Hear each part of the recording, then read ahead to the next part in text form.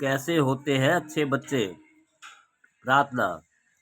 पाठशाला पहुंचकर आप इतना कार्य कर लेंगे, तब तक प्रार्थना की घंटी बजने का समय हो जाएगा। जो ही प्रार्थना की घंटी बजती है तो ही बिना विलंब किए आपको प्रार्थना स्थल पर पहुंच जाना चाहिए। बहुत से विद्यार्थी प्रार्थना स्थल पर पहुंचते ही नहीं है, या पहुंचते हैं तो विलंब से।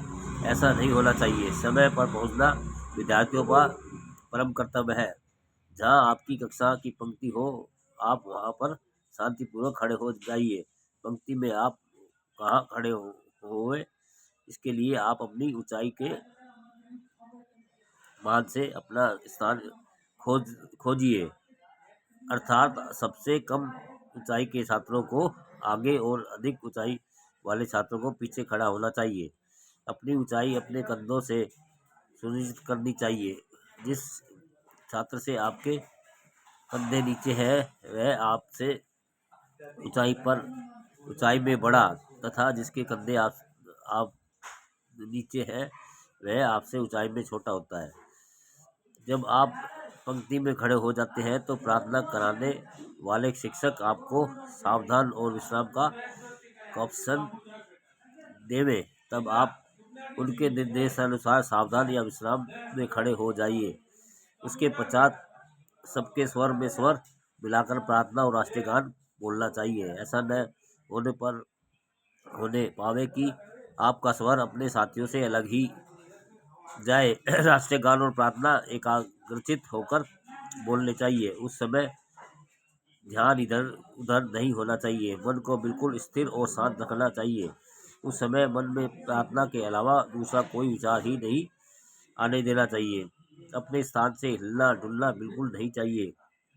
प्रार्थना के एक एक शब्द में जो भाव छिपे रहते हैं, उन्हें मनोसात करना चाहिए। प्रार्थना में जो भाव आए, उन्हीं के अनुसार अपनी कथनी और करनी और रहनी बनाने का प्रयास करना ही प्रार्थना का उद्देश्य है। अक्सर यह देखा जाता है कि प्रार्थना और राष्ट्रीय गान की घंटी बजने के बाद भी कई विद्यार्थी प्रार्थना स्थल पर नहीं पहुंच पाते हैं और इधर उधर पाठशाला के मैदान में या फिर वह अपनी कक्षाओं में ही बैठे रहते हैं और व्यर्थ की बातें करने में लगे रहते हैं। किसी भी विद्यार्थी को ऐसा नहीं करना चाहिए। राष्ट्रीय गान और प्रार्थना में प्रत्येक विद्यार्थी को सम्मिलित होना चाहिए। यदि किसी कारणवश आप समय पर प्रार्थना स्थल पर नहीं पहुंच पाते हैं और प्रार्थना आरंभ हो जाती है, तो ऐसी स्थिति में आप जहाँ होते हैं वहीं सावधान की मुद्रा में खड़े हो जाइए। प्रार्थना के बीच में सम्मिलित होने का प्रयत्न करना अच्छी बात नहीं है। प्रार्थना स्थल से 100 मीटर की दूरी तक हम सावधान की स्थिति में खड़े हो जाना है।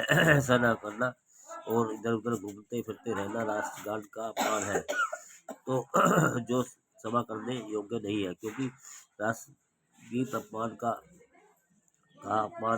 राष्ट्रीय गीत का अपमान करना पूरे राष्ट्र का अपमान करना है, यहाँ तक कि अपने आप का अपमान करना है। इसलिए जब भी राष्ट्रीय गान प्रारंभ हो जाता है, तब आपको अपने ही स्थान पर खड़े हो जाना चाहिए और जब राष्ट्रीय गान समाप्त हो जावे, तभी आपको अपने स्थान से इधर उधर जाना चाहिए। कुछ छात्र राष्ट्रीय गीत और प्रार्थना के समय स्वयं हंसते हैं और दूसरों को भी हंसाने की कोशिश करते हैं हुए पाए जाते हैं। कई छात्र तो परस्पर बातें भी करते हुए देखे जाते हैं। यही गंदी व भद्दी हरकत है। ऐसा करने कभी भी किसी भी छात्र को नहीं करना चाहिए।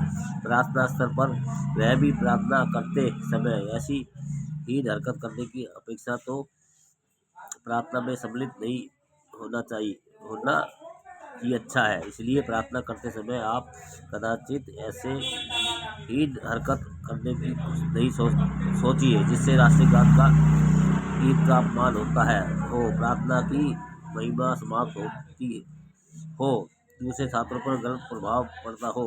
प्रार्थना स्थल पर प्रतिदिन उपस्थित रहना चाहिए, क्योंकि वहाँ पर प्रधानाचार्य गुरुजनों के द्वारा कई महत्वपूर्ण बातें बताई जाती है। वहाँ पर ऐसी बातें बताई जाती है जो न तो पाठ्य पुस्तकों में होती है और न ही उन्हें अध्ययन अन्यत्र कहीं से जाना जा सकता है। वहाँ पर सामयिक घटनाओं पर प्रकाश डाला जाता है। गुरुजनों के द्वारा प्रेरक और ज्ञानवर्धक बातें कही जाती है, जिनसे हमें बहुत कुछ सीखने को मिलता है। उन प्रेरक बातों से जीवन में प्रकाश मिलता है। गुरुजनों द्वारा बताई गई प्रेरक बातें जीवन के हर क्षेत्र में सफलता प्राप्त कराने में बड़ी सहायक होती है। इसलिए प्रार्थना स्थल पर स्थिति उपस्थित रहकर प्रतिदिन बताई जाने वाली बातों को ध्यानपूर्वक सुनना और समझना चाहिए। दोस्तों, कैसे होते हैं अच्छे बच्चे? हाँ।